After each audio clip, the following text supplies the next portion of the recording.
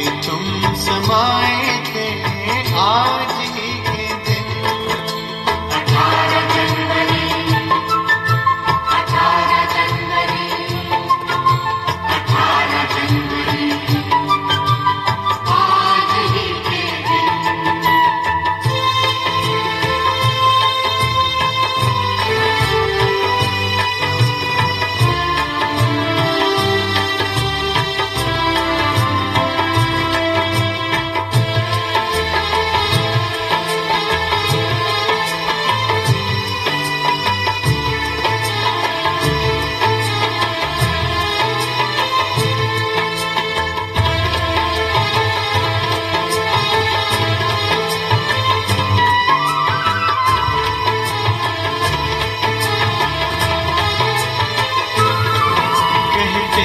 त्याग तप किसको सब करके वो सिखलाया।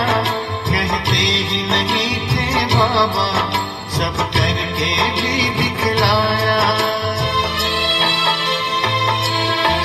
कहते हैं त्याग तप किसको सब करके वो सिखलाया। कहते ही नहीं थे बाबा सब करके भी दिखलाया। उदाहरण दिखलाए आज ही के दिन। आंखों में तुम समाए थे आज ही के दिन। ओ प्यारे ब्रह्मा बाबा आंखों के सामने से। आंखों में तुम समाए थे आज ही के दिन। ओ प्यारे ब्रह्मा बाबा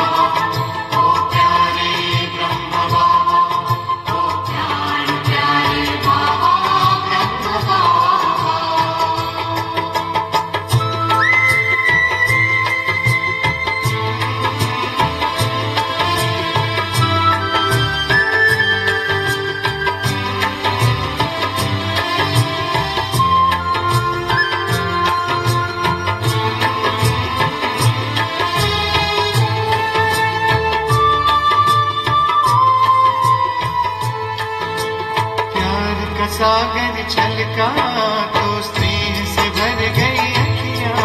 हम सबको पावन करके बह चली नयन से नदियां। प्यार का सागर छलका तो स्नेह से भर गई अखियां। हम सबको पावन करके बह चली नयन से नदियां। शिव सागर में समाए आज ही के दिन। आंखों में तुम समाए थे आज ही के दिन। ओ प्यारे ब्रह्मा बाबा आंखों के सामने से। आंखों में तुम समाए थे आज ही के दिन। ओ प्यारे ब्रह्मा बाबा ओ प्यारे ब्रह्मा बाबा ओ प्यारे बाबा ब्रह्मा बाबा।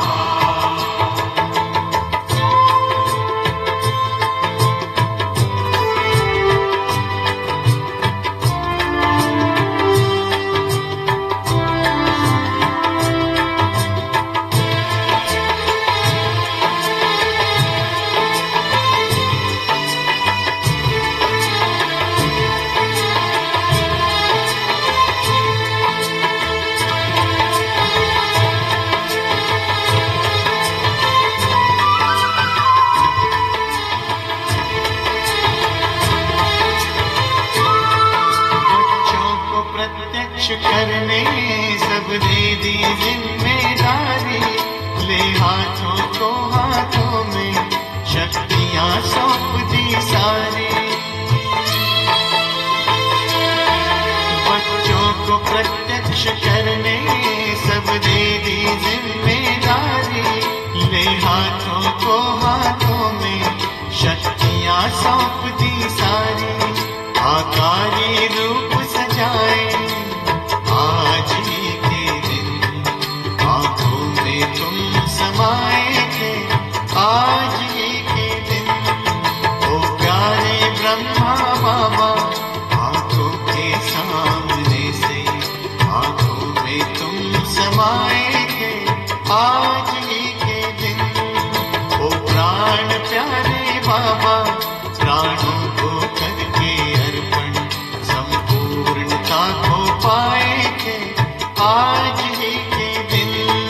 ओ प्यारे ब्रह्म बाबा, ओ प्यारे ब्रह्म बाबा, ओ प्राण प्यारे बाबा ब्रह्म बाबा, ओ प्यारे ब्रह्म बाबा, ओ प्यारे ब्रह्म बाबा, ओ प्राण प्यारे बाबा ब्रह्म बाबा।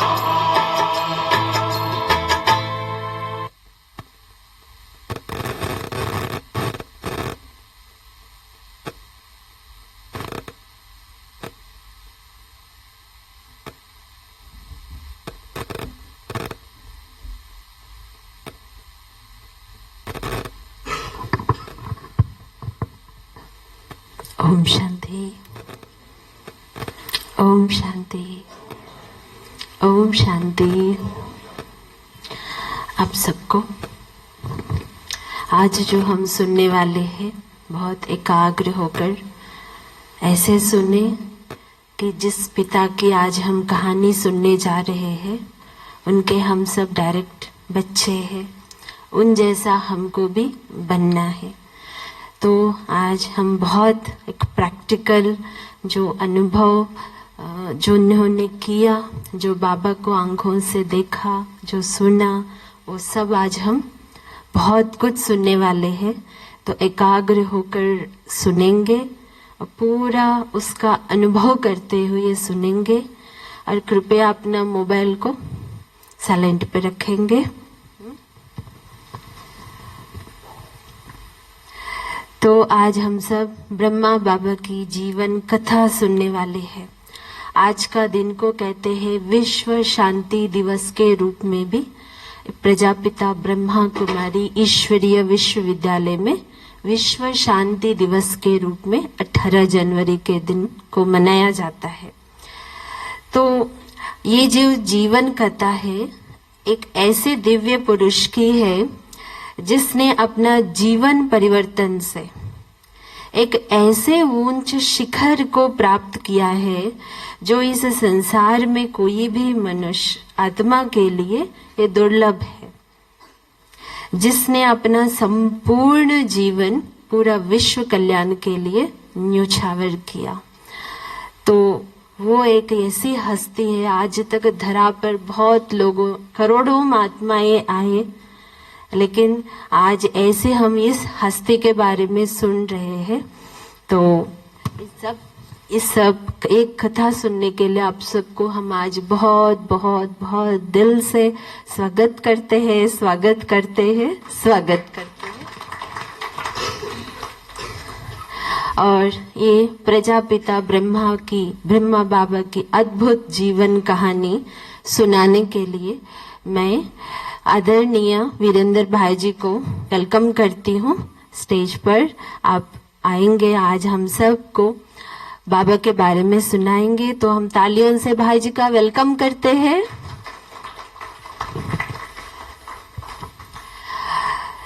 तो भाई जी, वीरेंद्र भाई जी बाबा का बहुत पुराना बच्चे हैं, अनुभवी रतन है बाबा का।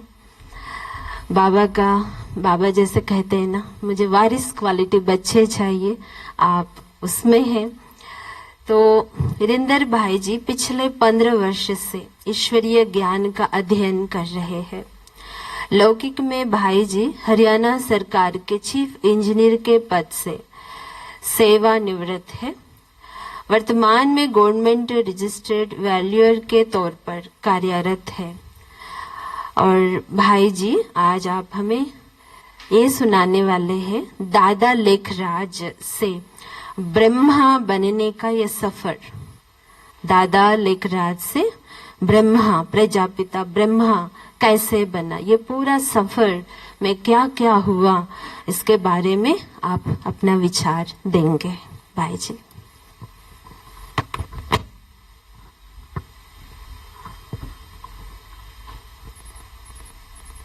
ओम शांति।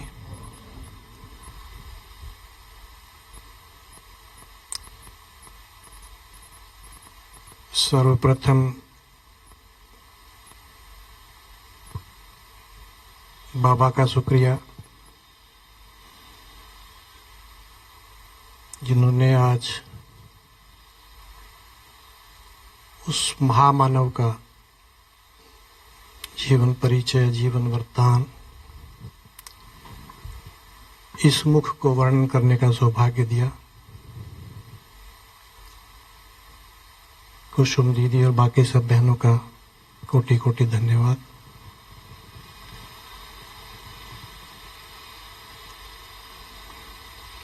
एक मनुष्य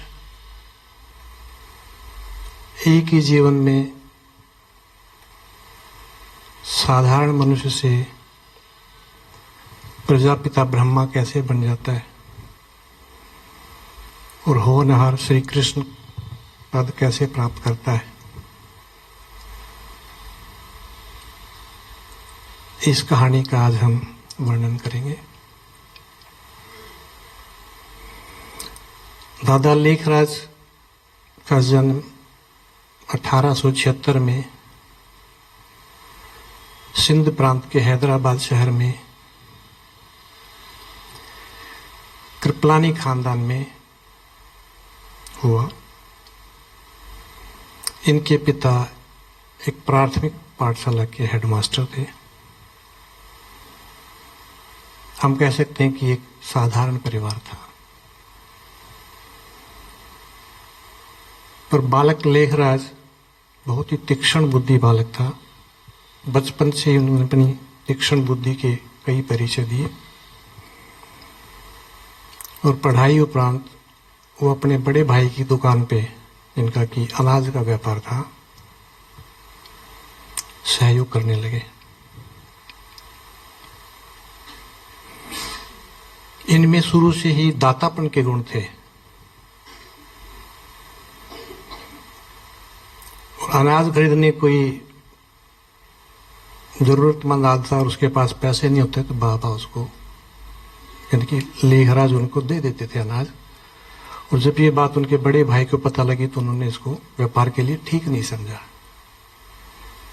और उन्होंने अपने पिताजी से शिकायत करी कि पिताजी ये तो मेरे व्यापार को लुटा देगा। लौकिक में कोई भी ऐसे ही व्यवहार करेगा।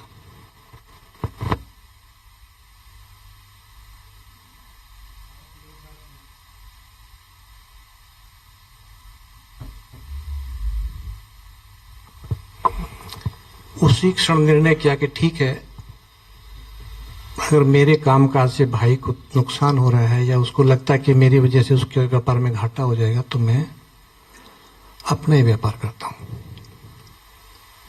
और वो वहां से बंबई चले गए और वहां पे उन्होंने हीरे जवाहरात का काम सीखा। अनाज की बजाय हीरे जवाहरात के व्यापार में वो अपना हाथ आजमाने लगे और थोड़े दिनों में उनका वो व्यापार में इतना नाम हो गया कि वो हीरे के सबसे बड़े पारखी गिने गए।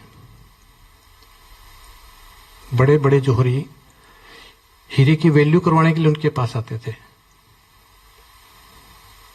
ये हीरा हमारे पास आया है बिकने के लिए, हम कितने का खरीद लें।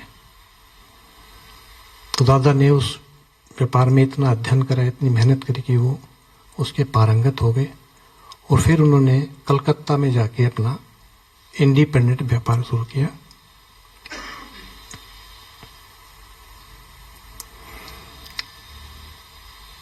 हीरे के व्यापार में भी उनका जो लेन देन था वो बड़े बड़े सेठ साहूकारों से, राजा महाराजाओं से था। साथ ही साथ उनके अंदर जो दातापन का भाव था वो साथ साथ चल रहा था कि मैंने व्यापार बिल्कुल सच्चाई से, ईमानदारी से करना है। और वो इस नियम का बड़ी कठोरता से पालन भी करते थे। उनके अंदर जो दैवी गुण है शुरू से ही थे, दया भाव, एक दूसरे पे विश्वास करना, एक दूसरे की मदद करना। और ये संस्कार उनके घर में भी थे, बच्चों के साथ भी, बच्चों को भी वो यही संस्कार देते थे ये देवी संस्कार हमने धारण करने हैं। हम दाता के बच्चे हैं, देना हमारा काम है। एक उनके घर का एक किस्सा बड़ा मशहूर था। जो उनकी बेटी थी, देखती थी मेरे माता पिता दान के महत्व को समझते हैं, दान करते रहते हैं, तो उसने भी सोचा कि मैं भी कुछ दान करूं। तो जैसे जो अपना नवरात्रि होती है उस टाइम उनके घर में पूजा पाठ हुआ, तो जो पूजा करवाने आता था सबने उसको दान दिया। तो बच्ची ने भी अपनी सोने के कंगन निकाल के उसको दे दिए कि मेरी तरफ से दान है। तो जिसको दान किया था वो अगले दिन वो कंगन लेके वापस आई उनके घर की। बच्ची ने बड़ी जिद करके मेरे को दे दी। मैंने तो लिए पर ये बच्चे का बनता नहीं है, तो ये आप रख लो। ये बात दादा लेखराज तक पहुंची तो उन्होंने कहा नहीं, जो चीज दान में दे दी तो दे दी, अब ये आपकी।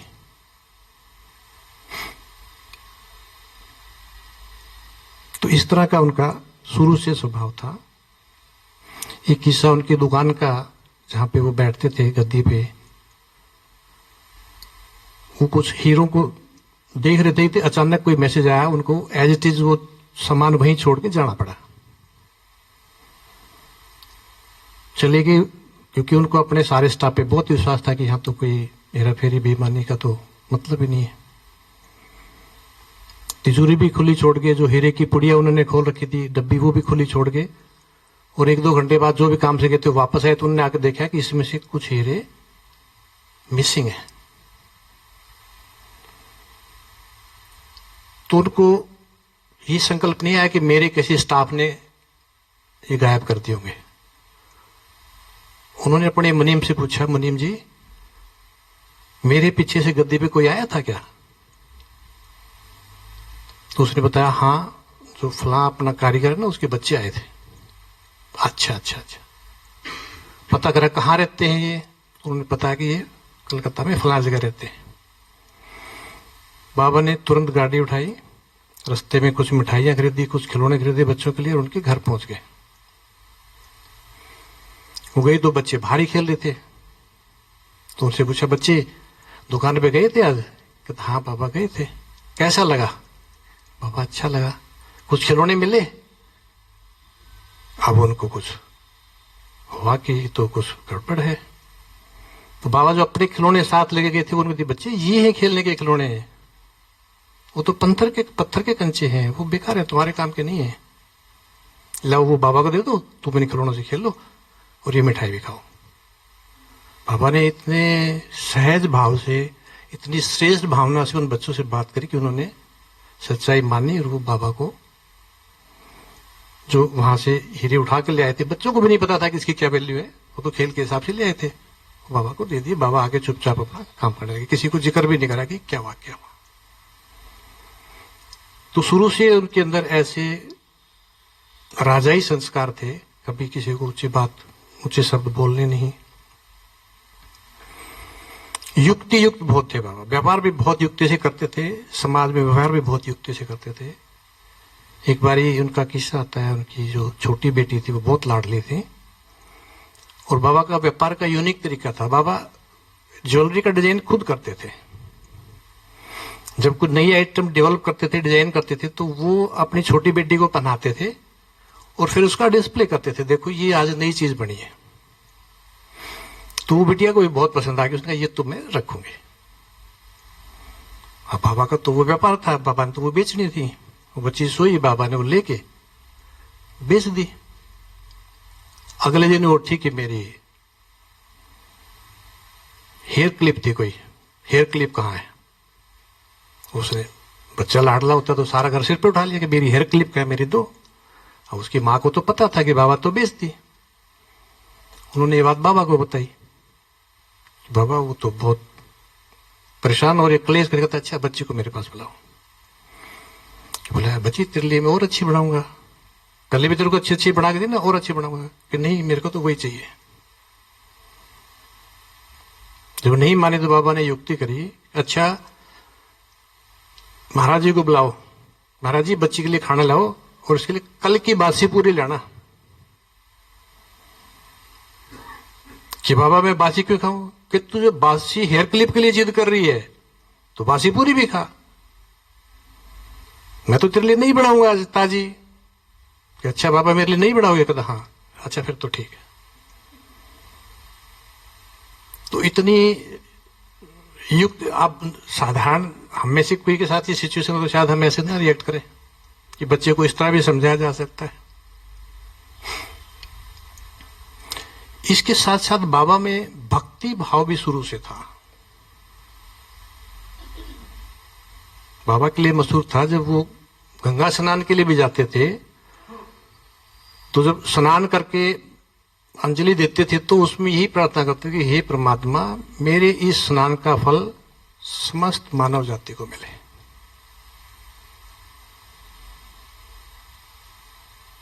शिव बाबा की प्रवेशता के बाद ही उनमें ये गुण नहीं आता, ये उन्होंने बचपन से पहले से गुण था कि सर्व के कल्याण में विश्वास करते थे।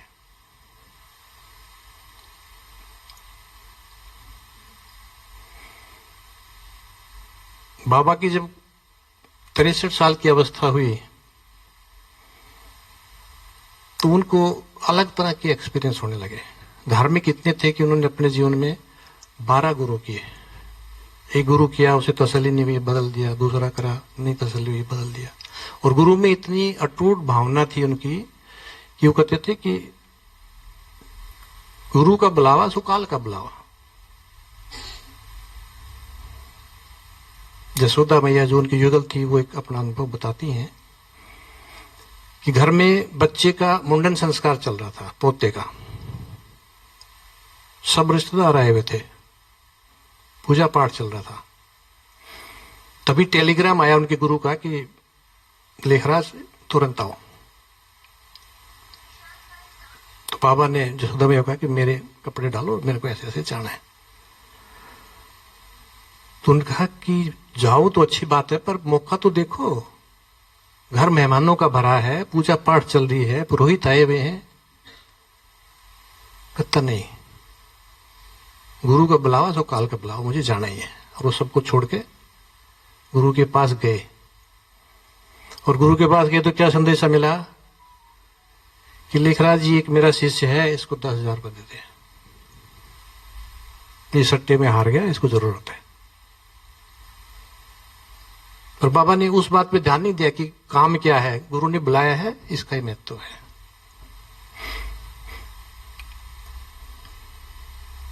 तो बाबा क्योंकि धार्मिक बहुत थे तो उनके घर में धार्मिक आयोजन होते रहते थे। घर में सत्संग चल रहा था, सारा परिवार, समाज के मोजिज लोग सब बैठे थे। और उस सत्संग में से बाबा अचानक उठ के अपने कमरे में चले गए।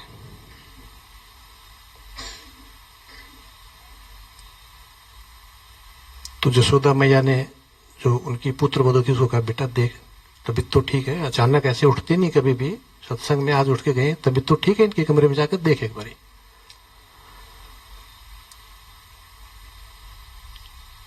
तो उनकी जो पुत्र वधू थी ब्रजेंद्रा, वो पीछे पीछे गई कमरे में। तो उसने देखा कि कमरे में बाबा एकदम ध्यान मुद्रा में बैठे हैं और पूरे कमरे में लाल प्रकाश हो रहा है। और बाबा की आंखों से भी बहुत तेज लाल रोशनी निकल रही है। बोलने भी कुछ नहीं, सिर्फ वहां पे जाके वो भी साइड में बैठ गए। थोड़ी देर में बाबा के मुख से शब्द निकले, निज आनंद स्वरूपम शिवोहम शिवोहम, निज प्रेम स्वरूपम शिवोहम शिवोहम, निज सत्य स्वरूपम शिवोहम शिवोहम। और उसके बाद बाबा की आंखें खुल गई और बाबा बड़े आश्चर्यचकित, क्या था ये, कौन सी शक्ति थी, क्या माइट थी, क्या लाइट थी, क्या था। तो उन्होंने पूछा बाबा क्या हुआ? नहीं कुछ था कुछ। बाबा को समझ में नहीं आया कि क्या हुआ। थोड़ी देर जब शांत हुए तो उन्होंने सोचा कि जरूर मेरे गुरु की कृपा हुई है, उन्होंने मुझे कुछ अलग अनुभव करवाया है। आके उन्होंने ये दृष्टांत अपने गुरु को सुनाया, तो उनके गुरु के हाव भाव ऐसे थे कि उनको तो इस बारे में कुछ पता ही नहीं है। तो उनका भी मेरा इसमें कोई रोल नहीं, मैंने कुछ नहीं करवाया, ये तो अपने आप ही तरह जो हो रहा है वो हो रहा है।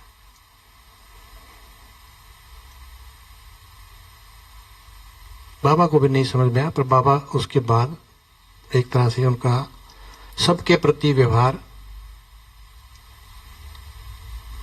आसक्ति वाला हो गया, मतलब किसी में भी उनका लगाव नहीं रहा। धीरे धीरे वो विड्रॉ करने लगे, बच्चों से भी, व्यापार से भी। वो ज्यादा टाइम अपने चिंतन में रहने लगे। जाते थे व्यापार पे, पर व्यापार में भी भाई ठीक है, जो करो करो, ठीक है, कर लो कर लो कर लो। तो जब बाबा का मन वहां से उचाट हो गया, तो वो बनारस अपने एक मित्र के पास चले गए, जहां वो अक्सर जाते रहते थे। और उनके स्थान पे, घर पे उनको अच्छे अच्छे अनुभव होते थे।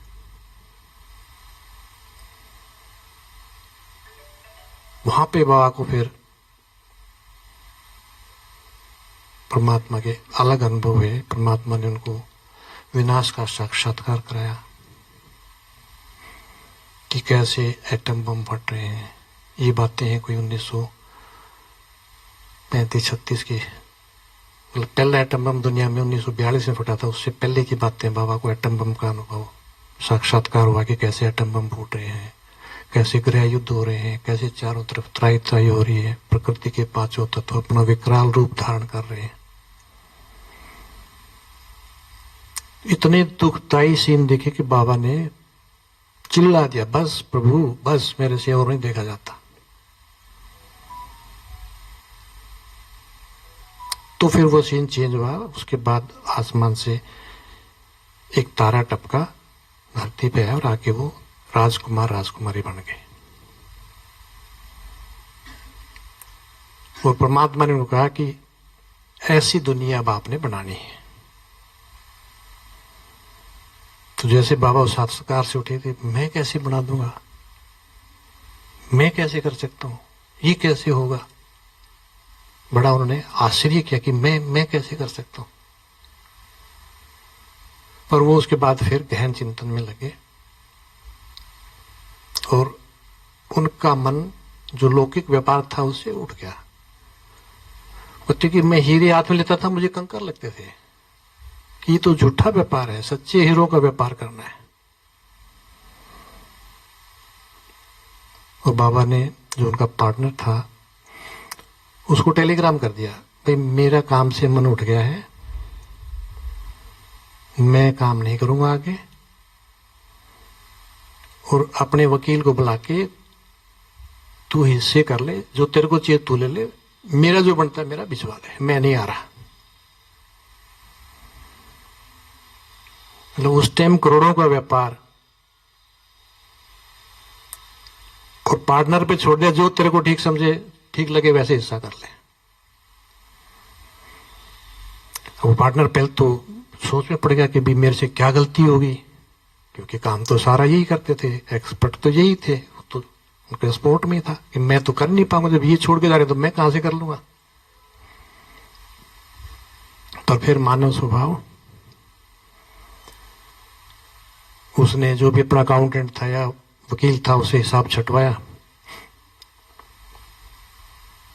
तो जो स्टॉक था, सामान था, उसकी वैल्यू करके बाबा को दे दिया, रोकड़ा था वो खुद ले लिया।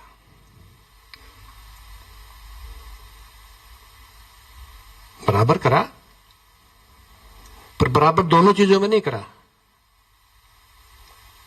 जितने का भी बिजनेस था उसमें नकद मेरा और सामान आपका। तो बाबा ने तो पहले कहते जो तेरा जी करे कर ले भाई। बाबा ने वो एक्सेप्ट कर लिया, ठीक है जो तूने कर दिया ठीक है। और बाद में फिर बाबा ने कहा कि अच्छा करा उसने ऐसा करा कि अब ये सामान बेच बेच कर मैं ये कुछ ला रहा हूं, बहुत अच्छा है। तो करके बाबा अपने घर आ गए सिंध हैदराबाद में। और गीता के बाबा बहुत पहले से ही पाठी थे, बिना गीता पाठ करे हम जल ग्रहण नहीं करते थे, उनका नियम था। बाबा बचपन से तो क्या मतलब भक्ति काल में शुरू से ही विष्णु के बहुत बड़े भक्त थे। विष्णु का चित्र उनकी जेब में भी होता था, उनकी गद्दी पे भी होता था, उनकी तिजोरी में भी होता था। और विष्णु के चित्र में बाबा ने करेक्शन करवाई। जो विष्णु का सामान्य चित्र मिलता है उसमें विष्णु शेषशय्या पे लेटे हुए हैं और लक्ष्मी उनके पैर दबा रही है। लौकिक में ये चित्र ज्यादा प्रचलित रहता था। तो बाबा को ये बात ठीक नहीं लगी कि भी लक्ष्मी पैर क्यों दबाए। तो बाबा ने विष्णु का नया चित्र बनवाया जिसमें भी लक्ष्मी को फ्री करो तुम। विष्णु जी शेषशय्या पे लेटे हैं, बहुत अच्छी बात है, इनका अकेले का चित्र बनाओ। तो वो चित्र बाबा अपने साथ रखते थे। और बाबा जब अपने घर में भी गीता पाठ करते थे तो सारे परिवार को भी बैठा लेते थे। बच्चों में अपने घर में भी नियम था कि जब तक गीता का पाठ नहीं सुनोगे तुम्हें किसी को भी घर में नाश्ता पानी नहीं मिलेगा। इस अनुभव के बाद बाबा ने जो लौकिक गीता थी वो एक तरफ रख दी और खुद ही उच्चारण करने लगे। बाबा को अब तक भी नहीं पता था कि ये उच्चारण मैं कर रहा हूं या परमात्मा कर रहे हैं। पर कुछ कुछ शब्द ऐसे निकलते थे जो बाबा बाद में सोचते थे कि मेरे को तो ये शब्द आज तक सुना ही नहीं था, मैंने तो कहीं पढ़ा ही नहीं था, ये कहां से आए। और जो सुनने वाले थे वो भी इतने अचंभित होते थे, अरे इतनी वंडरफुल बात। साथ ही साथ जो उनको सुनने आते थे उनको साक्षात्कार होता था। उनको सामने ब्रह्मा बाबा दिखता ही नहीं था। जिसकी जिसमें भावना होती, जो जिसका इष्ट मान के चलता उसको उसी के दर्शन होते थे। किसी को विष्णु के होते थे, किसी को कृष्ण के होते थे, किसी को राम के होते थे। और ये बात धीरे धीरे पूरे शहर में फैल गई। शहर में वहां के लोकल अखबार थे उनमें फैल गई कि दादा लेखराज तो इस सत्संग में जाओ तो आपको परमात्मा का साक्षात्कार हो जाएगा। और इस तरह की बातें आज भी समाज में देखो तो माताएं बहनों में जल्दी फैलती है। तो उनके सत्संग में बहुत माताएं बहनें आने लगी और जो आती थी सभी को साक्षात्कार होता था। बाबा को नहीं पता कि मेरे से किसको क्या साक्षात्कार हो रहा है, क्योंकि वो तो अपने हिसाब से जैसे रूटीन में गीता सुनाते थे वैसे ही सुनाते थे। पर कब बाबा आके कब अपनी बात बता जाता था, किसको क्या बात टच हो जाती थी, इसका वहां बहुत प्रचार हो गया।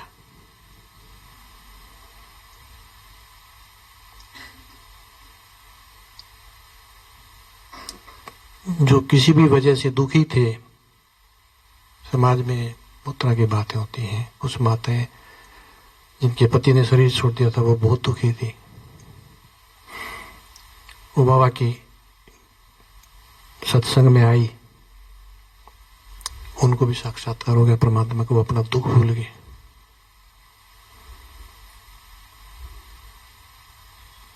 तो ये करते करते वहां पे बाबा का सत्संग बढ़ता चला गया।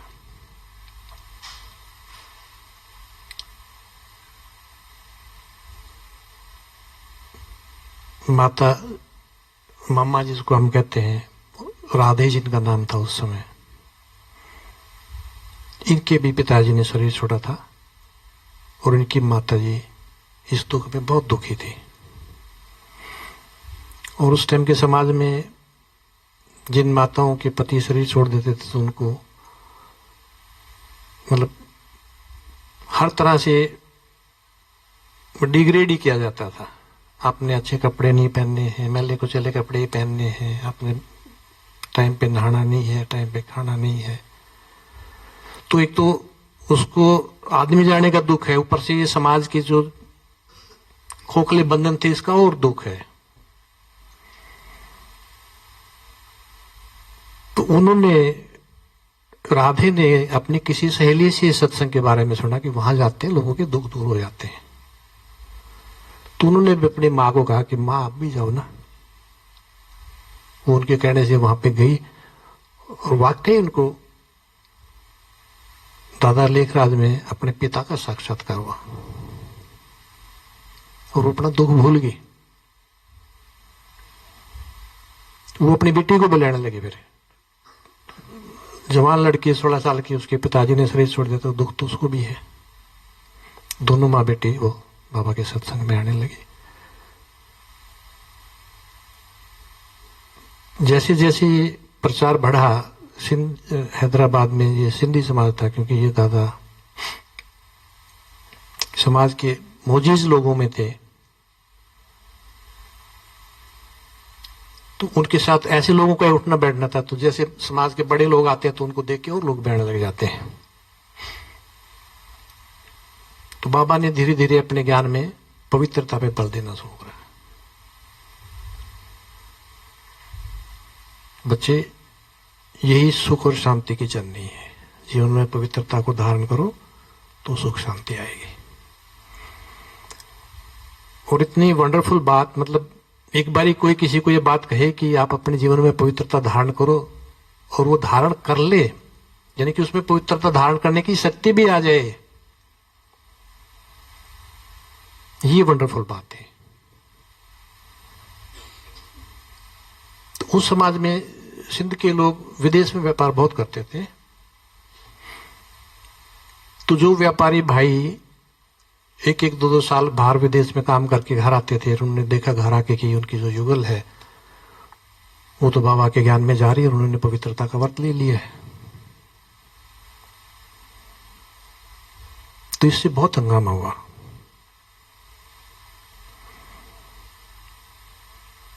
और उन लोगों ने तरह तरह के लांछन लगाने बाबा पे शुरू कर दिए कि ये जो है अपने आप को कृष्ण बताता है और कहता मुझे 400 रानी चाहिए, 200 हो गई, 200 और चाहिए। समाज की बैठक हुई, क्योंकि बाबा खुद समाज के मोजीज आदमी थे, तो मोजीज लोगों ने जाके बात करी और उन्होंने कहा कि बाबा आपका ज्ञान बहुत अच्छा है, बहुत अच्छी बात आप बताते हो, बस इस एक बात को छोड़ दो। बाकी भी समाज में बहुत साधु संत हैं, सारे अच्छा ज्ञान देते हैं, आप उनसे भी अच्छा ज्ञान देते हो, पर वो पवित्रता पे जोर नहीं देते। तो बाबा ने कहा कि भाई मैं तो आप जैसा गृहस्थी हूं, मेरे तो अपने बच्चे हैं, मैं कहां से ज्ञान दे सकता हूं? ज्ञान देने वाला तो कोई और है, वो देके चला जाता, मैं फंस जाता हूं।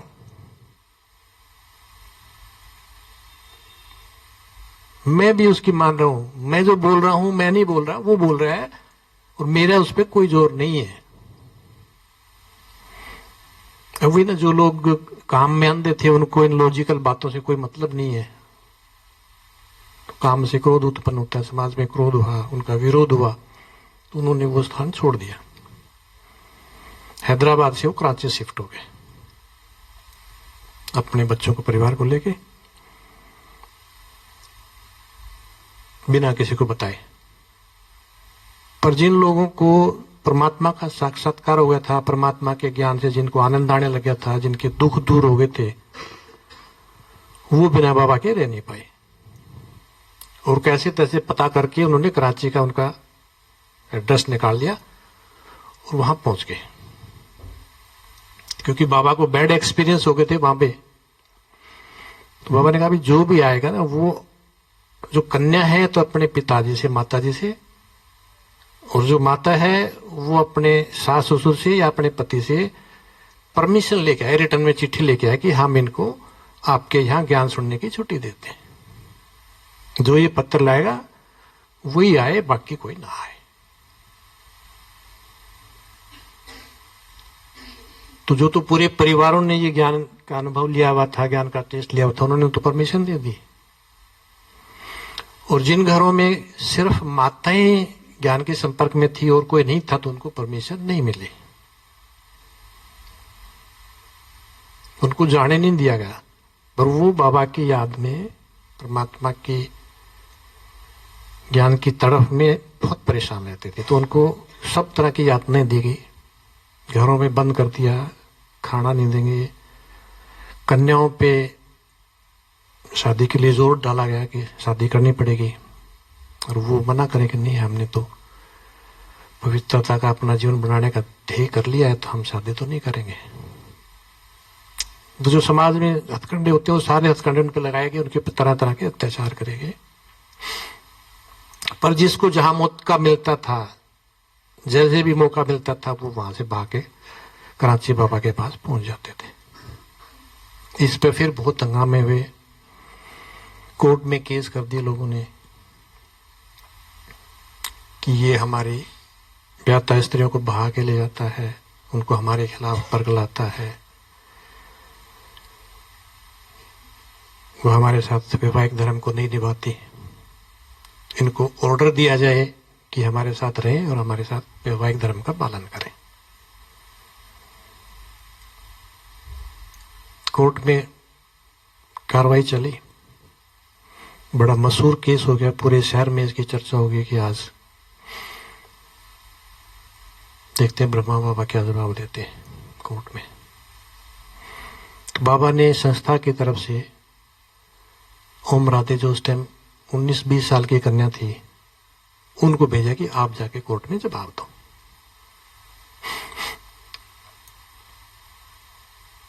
मम्मा के साथ 2-3 और बहनें कोर्ट में गई तो पूरा कोर्ट हाल खचाखच भरा हुआ था।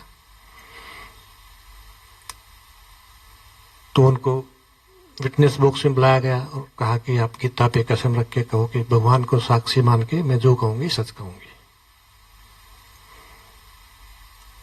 तो मम्मा तो ज्ञान की बहुत बड़ी पारखी थी, बाबा की उन पे विशेष कृपा थी, और वो हर अपॉर्चुनिटी में, हर प्रॉब्लम में अपॉर्चुनिटी ढूंढती थी कि यहां भी मेरे को सेवा का कुछ साधन मिलेगा। तो मम्मा ने कहा, जज साहब मैं तो आपको साक्षी देख रही हूं, भगवान को तो साक्षी देख नहीं रही। मैं ये कसम खा सकती हूँ कि मैं जज साहब को साक्षी देख के जो कहूंगी सच कहूंगी, क्योंकि परमात्मा तो मुझे देख नहीं रहा। तो ऐसे तो जवाब की कोई उम्मीद नहीं करता। बड़ा पूरी सभा में सुरसराहट होगी, ये क्या हो गया। जज साहब ने उनको ऑर्डर करा, नहीं ये तुम्हारा सत्संग नहीं, ये कोर्ट है, और जो कोर्ट का नियम है वो मानना पड़ेगा।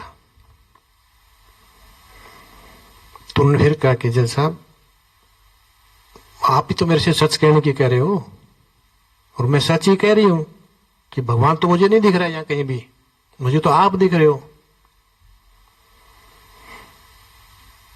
तो जज ने कहा कि आप कोर्ट की तौहीन कर रहे हैं, इसमें मैं आपको गिरफ्तार करवा सकता हूं। तो मैंने कहा ठीक है, वो आपका अख्तियार है,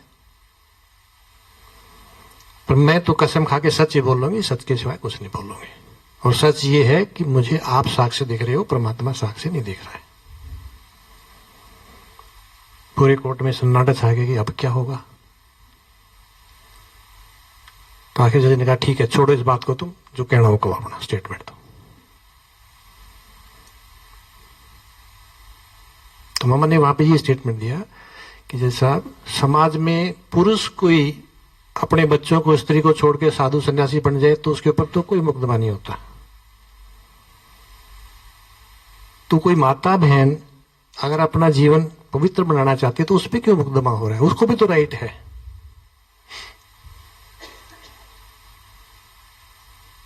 तो इसका कोई जवाब नहीं किसी के पास। इक्वलिटी है ना, इक्वलिटी की बात कर रहे हो तुम भी, आदमी औरत बराबर हैं, तो जब आदमी संन्यास कर सकता है तो औरत भी संन्यास कर सकती है।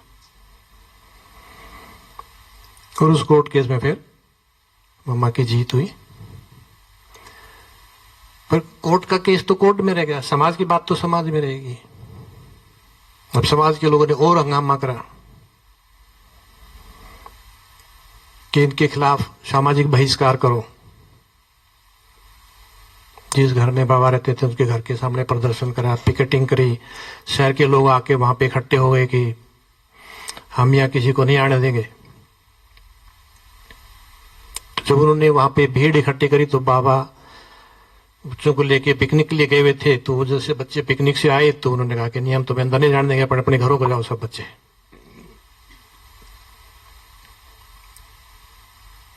छोटी छोटी कन्याएं 8-9-10 साल से लेके 18-19 साल तक की, वो भी खड़ी होगी बाहर। ठीक है, नहीं जाने देते तो हम बाहर खड़े हैं, हमारा तो घर यही है, हम तो और कोई घर जानते नहीं है। आप लोग हमें अंदर नहीं जाने देते तो हम बाहर खड़े हैं। अब वो क्योंकि थे तो वहीं के उन्हीं के रिश्तेदार जिनकी बच्चियां वहां पे थी, वही प्रोटेस्ट कर रहे थे। अब वो आए छोटे बच्चों के लिए, लो तुम तो जूस पे लो, छोटे हो तुम पी सकते हो। कहता नहीं, हमें अंदर जाने दोगे तो हम कुछ खाएं पिएंगे, नहीं तो हम ना खाएंगे ना पिएंगे, हम यहीं धूप में खड़े हैं। 4-6 घंटे बाद उन्होंने उनके बच्चों की बात मानी और उनको अंदर जाने दिया। सच्चाई की जीत हुई। तो बाबा ने बड़ी बड़ी परीक्षाएं दी। जब बाबा इस मार्ग पे आगे बढ़े, बाद में बाबा ने भट्ठी स्थापन की। 14 साल तक भट्ठी वहां पे चली। तो उसमें कुछ माताएं ऐसे आगे थी जिनके साथ छोटे बच्चे भी थे। तो बाबा ने दोनों ज्ञान दिए वहां पे, लौकिक ज्ञान भी दिया बच्चों को और ईश्वरीय ज्ञान भी दिया। माताओं बहनों को बड़ों को तो ईश्वरीय ज्ञान दिया, लेकिन बच्चों को दोनों ज्ञान दिए कि इनको लौकिक भी पढ़ाओ, लैंग्वेज भी पढ़ाओ, मैथमेटिक्स भी पढ़ाओ, हिस्ट्री ज्योग्राफी भी पढ़ाओ और ईश्वरीय ज्ञान भी पढ़ाओ। और फिर इनके लिए बोर्डिंग बनाया। तो उस हॉस्टल में रह के छोटे बच्चे सब पढ़ते थे। दादी हृदय मोहिनी अपना अनुभव उसमें बताती हैं कि बाबा ने हमारी ऐसी लालना पालना करी वहां पे कि कोई राजा भी क्या राजकुमारियों की करता होगा।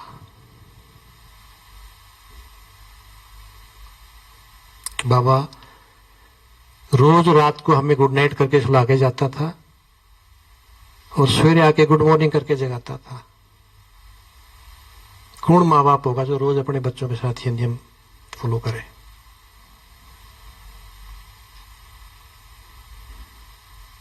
खान पान हमारा ऐसा था, दादी बताती हैं कि लौकिक में तो हमने कभी ऐसा देखा ही नहीं था। 14 साल तक हमें इतने लाड प्यार से बाबा ने पाला और इतना परिपक्व करा कि जब 47 में पार्टीशन हुआ तो हम वहीं थे, हमें नहीं पता क्या हो रहा दुनिया में। वहां के समाज में भी इनको अल्लाह लोग कहते थे, क्योंकि वहां पे मुस्लिम समाज था। तो इनको अल्लाह लोग कहते थे कि ये परमात्मा अल्लाह के बच्चे हैं, अल्लाह के लोग हैं, ये पाक हैं।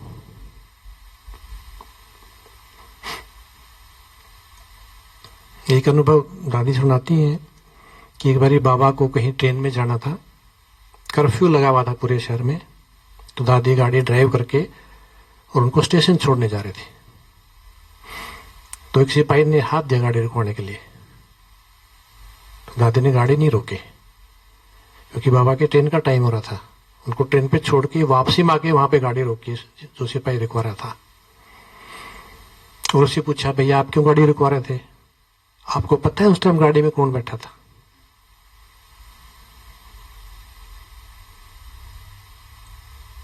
तो उसके बाद कर्फ्यू में कहीं आओ जाओ, इन माताओं बहनों पे कहीं कोई बंदिश नहीं थी। और वहां के लोग इनको हर तरह की सपोर्ट करते थे। कर्फ्यू में भी दादी बताती हैं कि लोग मतलब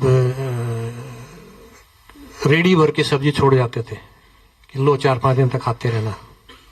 किसी तरह के इनको कोई किसी भी तरह के वहां पे सारे बाहर मारकाट हो रही थी, हिंदू मुसलमान के दंगे सबको पता है, और इनको वहां पे कोई किसी तरह की दिक्कत नहीं हुई। 1950 में फिर बाबा की प्रेरणा आई, मुझे ये यज्ञ भारत में ही चलेगा।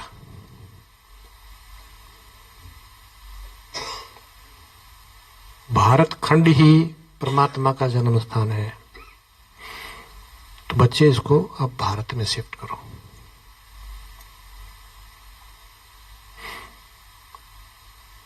तो वहां के जो उस टाइम जिन्ना जी थे, उन्होंने बाबा को मैसेज भेजे कि दादा लिख रहा है आपको तो यहाँ कोई किसी तरह की तकलीफ नहीं है, हम आपको सब तरह का सहयोग देंगे, आपको सब तरह की सुरक्षा देंगे, आप यहीं रहो।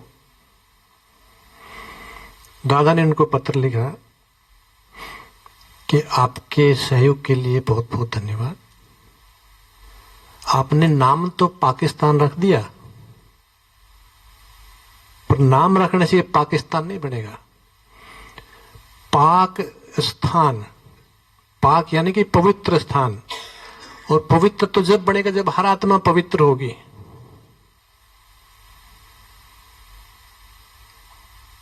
तो ये पाकिस्तान तो हम बनाएंगे, आप नहीं बना रहे। हम आत्माओं को पवित्र कर रहे हैं। जब पवित्र आत्माएं यहां पे रहेंगी तब ये पाकिस्तान बनेगा। और शिव बाबा के आदेश से, प्रेरणा से फिर यज्ञ को कराची से माउंट आबू शिफ्ट किया गया। यहाँ पे भी जब आए तो यहाँ पे बहुत तरह के इनको अनुभव हुए, अलग अलग तरह के अनुभव हुए। क्या अनुभव हुए? कराची सी शोर है, सम टेम्परेचर रहता है वहाँ पे, सारा साल लगभग एक जैसा टेम्परेचर रहता है। माउंट आबू आए, यहाँ तो मूसलाधार बारिश और कड़ाके की ठंड, जो उन्होंने बहुत सालों से देखी नहीं थी ठंड क्या होती है। एकदम से ठंडी जगह पे आ गए तो काफी लोग बीमार भी हो गए, क्योंकि 14 साल से बाबा करीब 400 लोगों को लालन पालन कर रहे थे। तो जो पार्टनर ने उनको सामान दिया था तो बेच बेच के पूरा हो गया। बहुत से लोगों ने चिट्ठी लिख लेके बाबा को कहा था कि बाबा आप सभी बच्चों को लेके यहाँ आ जाओ और हम आपको आर्थिक सहयोग करेंगे। पर जब यहाँ आ गए तो सहयोग से सब पीछे हट गए। तो यज्ञ में एक बैगरी पार्ट शुरू हुआ। माउंट आबू आने के बाद आर्थिक तंगी का दौर शुरू हुआ। और बाबा कहते हैं कि वो ड्रामा था, टेस्ट था। जो 14 साल से बाबा की पालना ले रहे थे वो कितने पक्के हुए हैं, उनमें जो सही है वो ठहर जाएंगे, जो सही नहीं है वो छोड़ के चले जाएंगे। तो कईयों को संकल्प आया कि यज्ञ में पैसा नहीं है, चलो हम बाहर जाके कुछ काम धंधा करके यज्ञ का सहयोग कर देते हैं। अब तक जो राशि ठाट बाट था रहने का, खाने पीने का, वो कम हुआ तो उससे लोगों को परेशान हुई, वो छोड़ के चले गए। पर बाबा को, शिव बाबा पे अटूट निश्चय था। एक दिन यज्ञ में ऐसा आया कि सवेरे 400 भाई बहन है और भंडारे में कुछ भी नहीं है, दाल चावल आटा कुछ नहीं है। तो जो भंडारी थी भोली दादी, वो बाबा के पास आई, बाबा आज खाने में क्या बनेगा? भंडारे में तो कुछ नहीं है। तो ब्रह्मा बाबा को इतना निश्चय था शिव बाबा पे कि बच्चे मेरा थोड़ी जिम्मेवारी है, मेरा यज्ञ थोड़ी है, मेरे बच्चे थोड़ी है, जिसके बच्चे वो जाने।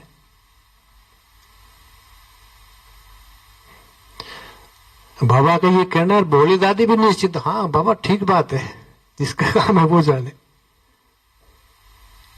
ये बच्चे पोस्ट किस टाइम आती है, डाकिया किस टाइम आता है? कि बाबा 11 बजे आता है। अच्छा तो 11 बजे आना। 11 बजे के डाक में एक मनी ऑर्डर आया। उस पैसे से बाबा ने कहा जाओ राशन ले आओ और सबके लिए खाना बनाओ। मतलब सोच के देखो, हमारे घर में 2 बच्चे होते हैं और जेब में पैसे ना हो तो हम कितने विचलित हो जाते हैं, कितने परेशान हो जाते हैं। पर बाबा को कोई कोई कोई टेंशन। ये पार्ट काफी देर चला, करीब 1-1.25 साल तक चला। तो एक दिन ऐसा हुआ, बाबा ने कहा भी ठीक है, जितनी दाल उतनी बना लो, वो थोड़ी पतली बना लो और सबको 1-1 कटोरी दे दो। भंडारी को बोला कि बता देना बच्चों को कि भाई आज दाल 1-1 कटोरी है। ठीक है। अब जैसे सबको, हम भी जब जाते हैं तो खाना बढ़ता है, भी दाल कटोरी, दाल सब्जी मिली, तो एक माता ने वहां दाल देखी रो अपनी, वही पी ली, कहते और डाल दे।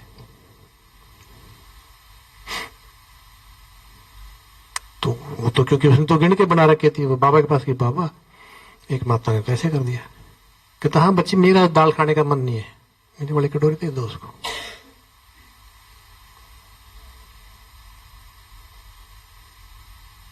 मतलब ये बातें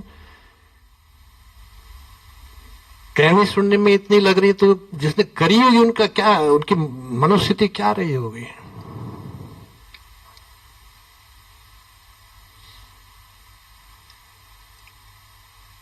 और क्योंकि बाबा का तो डिजाइन था, टेस्टिंग थी। छलनी में छानते ना भाई, जो निकल गया तो निकल गया, जो बच गया वो अपना। तो जो बच गए बच्चे वहां पे, उनको बाबा ने फिर सेवा के लिए तैयार किया कि बच्चे अब जो तुम्हें मिला है इसको बांटो,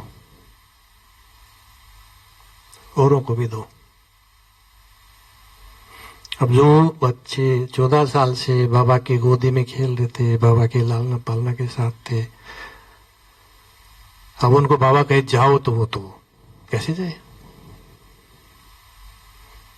क्योंकि बाबा तो बहुत युक्तिवाद था शुरू से ही।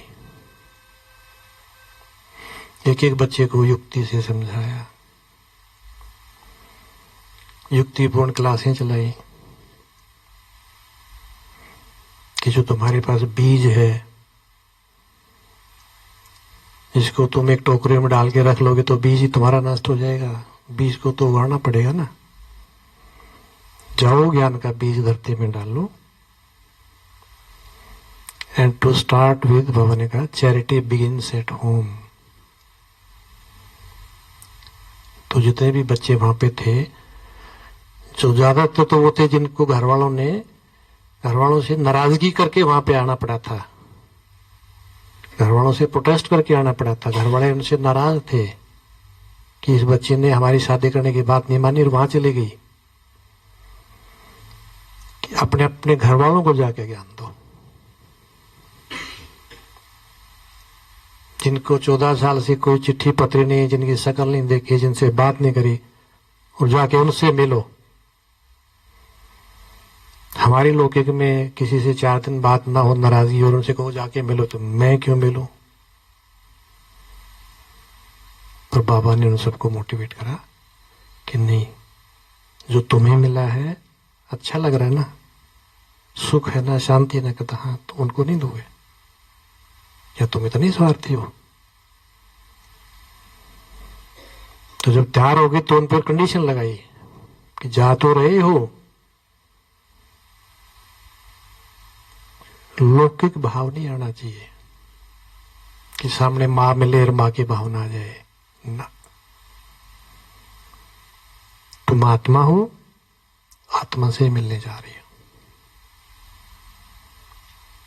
तुमने उनको टच नहीं करना है, ना उनको अपने आप को टच करने देना है। कभी वो भावना में आके तुम्हें गले लगाने लग जाए, वो भी नहीं करना है। तुमने उनके हाथ का नहीं खाना है।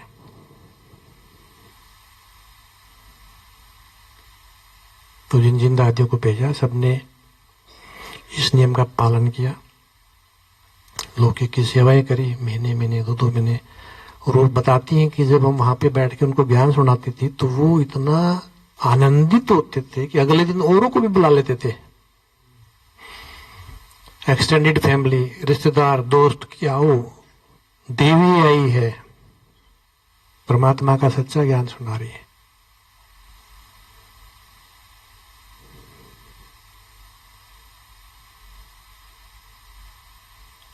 और जब वो अपना अनुभव लेके बाबा के पास जाते थे, बाबा ने कहा बच्ची खाली हाथ आ गई। बाबा के लिए गुलदस्ता नहीं लाई, फिर जाओ, गुलदस्ते के साथ आना। यानी कि जिनको तुमने ज्ञान सुनाया है उनको भी तो बाबा से मिलवाओ लाके। ऐसे युक्ति से बाबा ने सबको सेवा पे आगे आगे बढ़ाया। दादियां सुनाती कि हम 14 साल 9-10 साल का बच्चा सिंध, हैदराबाद और कराची में बाबा के साथ चला गया, बाहर की दुनिया से संपर्क में नहीं है, देश बट गया, करेंसी बट गई, कौन से नोट चल रहे हैं, कौन से सिक्के चल रहे, कहते हमें तो ये भी नहीं पता था। गुलजार दादी अपना अनुभव सुनाती कि बाबा ने हमें लखनऊ भेज दिया। तो स्टेशन से उतर के हमने उससे पूछा, बाहर आके तांगे वाले से, भाई यहाँ नए लोग आते हैं तो कहाँ रहते हैं? कहता बहन जी यहाँ पे कुछ धर्मशाला है, वहां पे रहते हैं। कहता अच्छा हमें भी एक मिले चल। तो उनको एक धर्मशाला में ले गया। तो उससे पूछा भाई कितने पैसे दे तेरे? तो उसने कुछ भी बताया। कहते अच्छा जितने तेरे हैं ले ले, हमें तो पता नहीं कितने मांग रहा है, तो कितने देने हैं।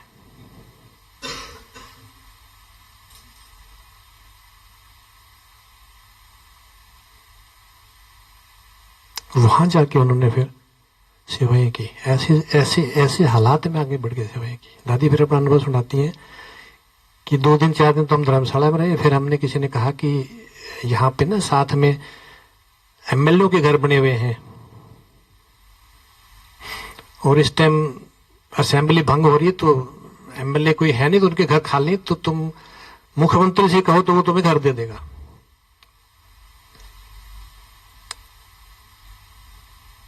गोविंद बल्लभ पंत मुख्यमंत्री थे उत्तर प्रदेश के। कत्ती हम लखनऊ अगले दिन वहां चले गए, जहाँ पे पूछा भी कहाँ मिलता है मुख्यमंत्री, तो किसी ने भी बता दिया वहां सवेरे वो मिलता है लोगों से। कहता हम 2 बहनें गई, तो जैसे वो हाल में आए तो उसने ऐसे दस्ती डाली, तो हम 2 बहनें अलग से सफेद कपड़ों में फ्रॉक और पहने थे, तो सीधा तो हमारे पास ही आ गया, आप कौन हो, किस काम से आए हो। तो दादी बताती कि हमने कहा कि भाई जी हम परमात्मा के दूत हैं और परमात्मा का संदेश देने के लिए हमें यहाँ भेजा गया है और हमें यहाँ रहने के लिए अभी स्थान की जरूरत है, तो आपके पास स्थान है, आप हमें स्थान दो। कि तो मुझे नहीं पता मैं क्या बोल रही हूं, बाबा ही बोल रहा था। और वो कहता कि भाई ऐसा तो कोई नियम नहीं है कि नहीं, हमें परमात्मा का आदेश है कि आप दे सकते हो और आप दो। कहती उसका सेक्रेटरी था, वो उसको हाथ लगाए जी चलो आगे, कहते वो चल ना पाए, हिले ना वहां से। थोड़ी देर सोच के वो सेक्रेटरी कहता है भाई ऐसे करो, इनको 2 महीने के लिए मकान दे दो। कि सर कोई नियम नहीं है, कि नहीं मैं डिस्क्रिप्शनरी ऑर्डर करता हूं, दे दो इनको। वो कहता उसने एमएलए का घर दे दिया रहने के लिए। दादी कहती कि एमएलए के घर के आसपास तो एमएलए रहेंगे, वहां तो सारे वीआईपी रहते थे। हमने उनको ज्ञान सुनाया तो एक वीआईपी की माता हमारी पक्की बच्ची बन गई बाबा की। तो उसने अपना घर दे दिया, जो निजी घर था वो दे दिया। वो एमएलए घर में रहते थे, अपना निजी घर हमें दे दिया सेवा के लिए।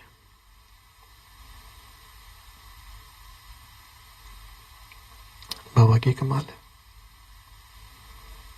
बाबा कहते ना कि बच्चे हिम्मत का एक कदम बढ़ाओ, मदद के 1000 कदम बाबा उठाएगा। बहुतों के ऐसे अनुभव हैं। एक माता अपनी कोई प्रॉपर्टी बेच के, पहले तो बेचते थे तो नगद लेन देन होता था, ये ड्राफ्ट और आरटीजीएस तो अब आए हैं। तो माता ने पैसे लिए, अपने थैले में डाल लिए और चली तो उसको ख्याल आया कि भाई मैं पैसे लेके जा रही हूँ, बाबा ऐसा ना हो कि रास्ते में मेरे पैसे खोज ले, बाबा देख लेना। और आके बाहर रिक्शा में बैठ के चल दी।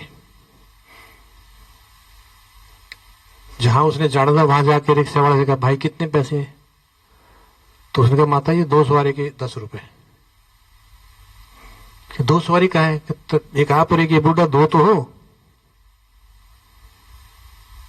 माता कहती है मैं चुपचाप अपना थैला लेके घर में चली गई। बाबा कमाल है तेरा, तू तो मेरे साथ रिक्शा में बैठ के आ गया।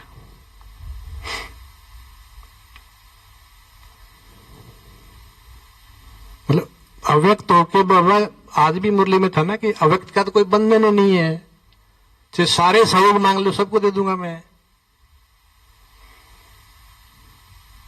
सूरज भाई जी अपना अनुभव सुनाते हैं अव्यक्त सहयोग का। उनके लौकिक परिवार में किसी का अपहरण हो गया।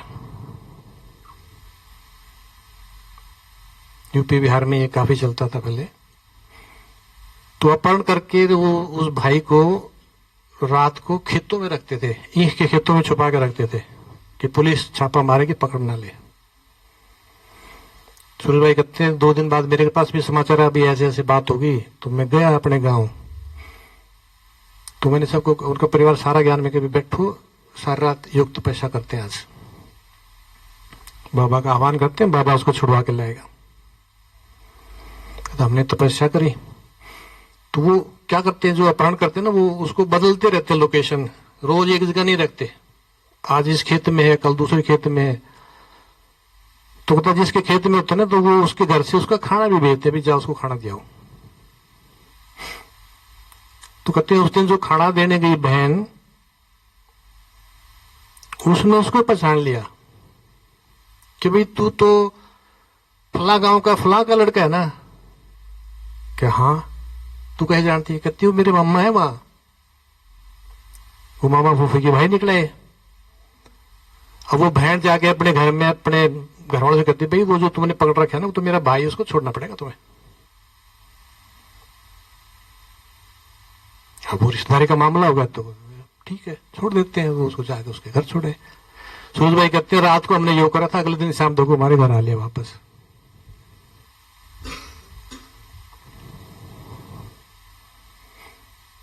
सूरज भाई की बहन है, सगी बहन, सूरजमुखी नाम उनका भी, रुद्रपुर में सेंटर पे रहती है।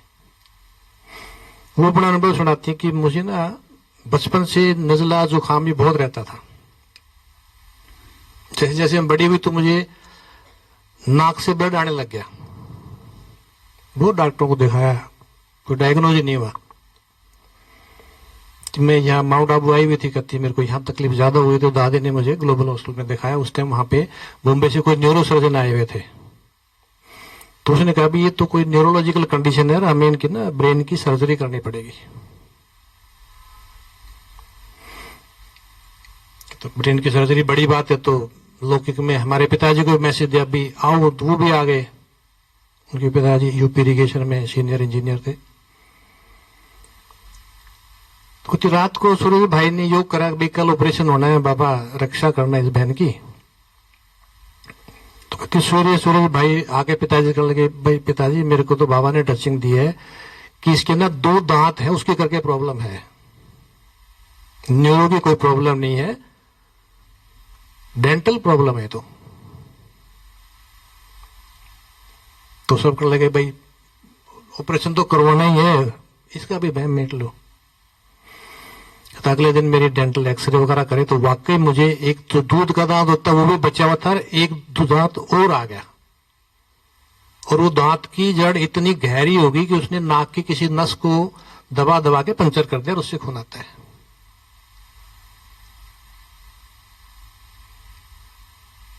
कहती बाबा ऐसे मदद कर देता है।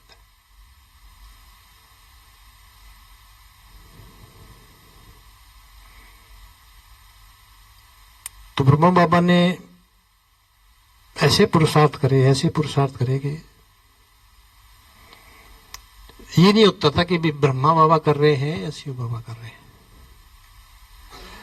शिव बाबा ने बहुत सी मुरली में कहा है कि ये जो कहेगा वो समझो मैंने ही कहा है, अगर ये गलत भी कहेगा तो मैं उसको ठीक कर दूंगा।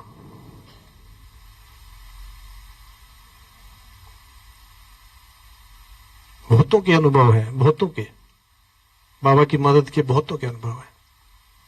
लास्ट में मैं अपना भी 2 अनुभव शेयर करके पूरा करता हूं। मैं सरकारी नौकरी में था। सरकारी नौकरी सबसे सेफ मानी जाती है कि नौकरी लगी निश्चिंत, पर मुझे फायर कर दिया। जैसे डिपार्टमेंट में राइवलरी होती है, जो दूसरा ग्रुप था वो हावी हो गया, उनका दाव चल गया, उन्होंने मेरे को नौकरी से निकलवा दिया।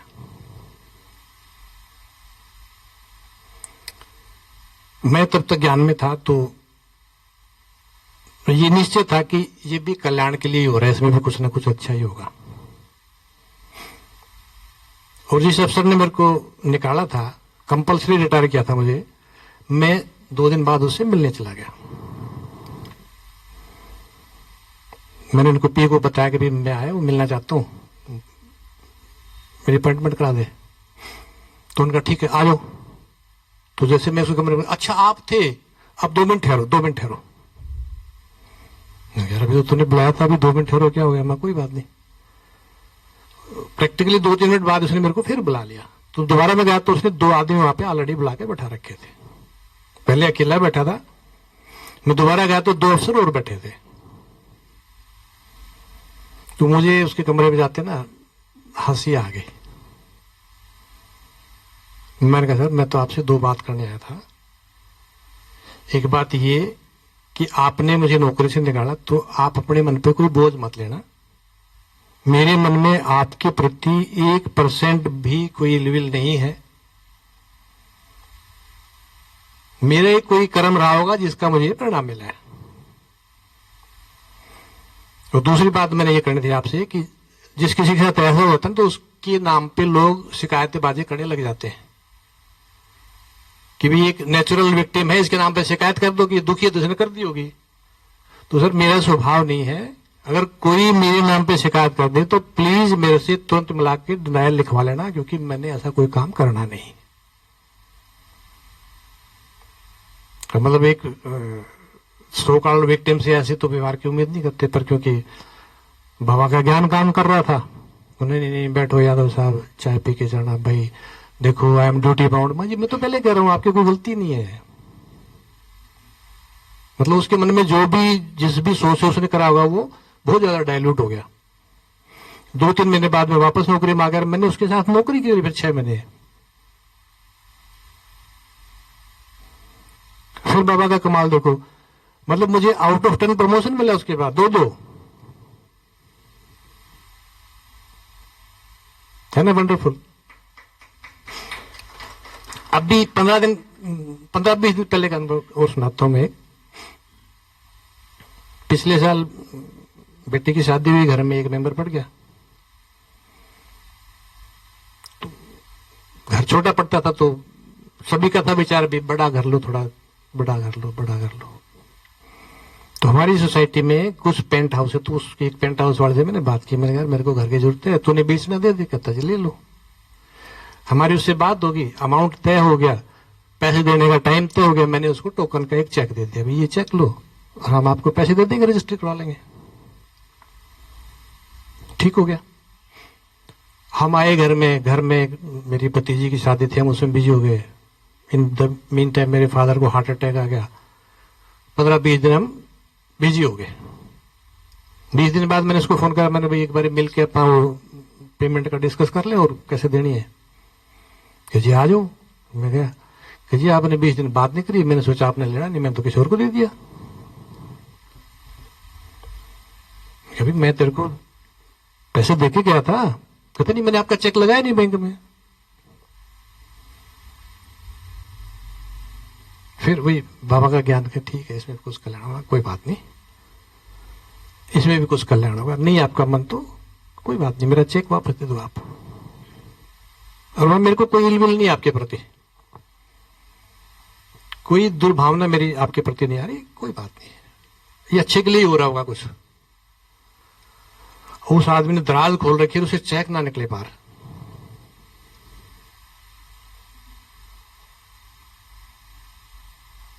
चाय पीते हैं जी, बेटा साथ था, मैं वो चाय पीता, मेरे को पानी पिलवा दो, ये चाय पी लेगा। कल लगा सर आप वाकई लेना चाहते हो? मैं कहा मैंने तो तेरे को कहा था मुझे अपनी जरूरत के लिए चाहिए भाई, पर कोई बात नहीं है तो कोई बात नहीं कि जी मेरे को ना आज का टाइम दो। फिर क्या हुआ? तो पता नहीं क्यों मेरे मन पे ना बहुत बोझ आ रहा है।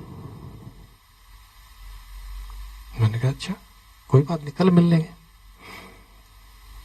अगले दिन कहता जी मैंने जिससे पैसे लिए थे ना उसे मैंने हाथ जोड़ लिए और उसे माफी मांग ली और जी मकान आप ले लो। परसों उसकी रजिस्ट्री हो गई।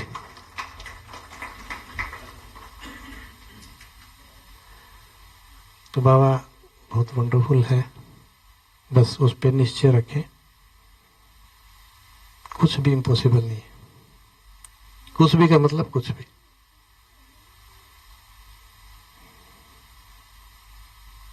ओम शांति।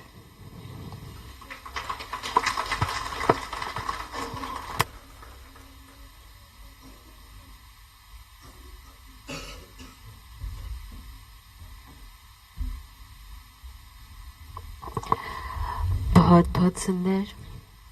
बाबा का क्या कहे, बाबा इतना अनुभव कराते। बाबा आपने कमाल कर दिया ना।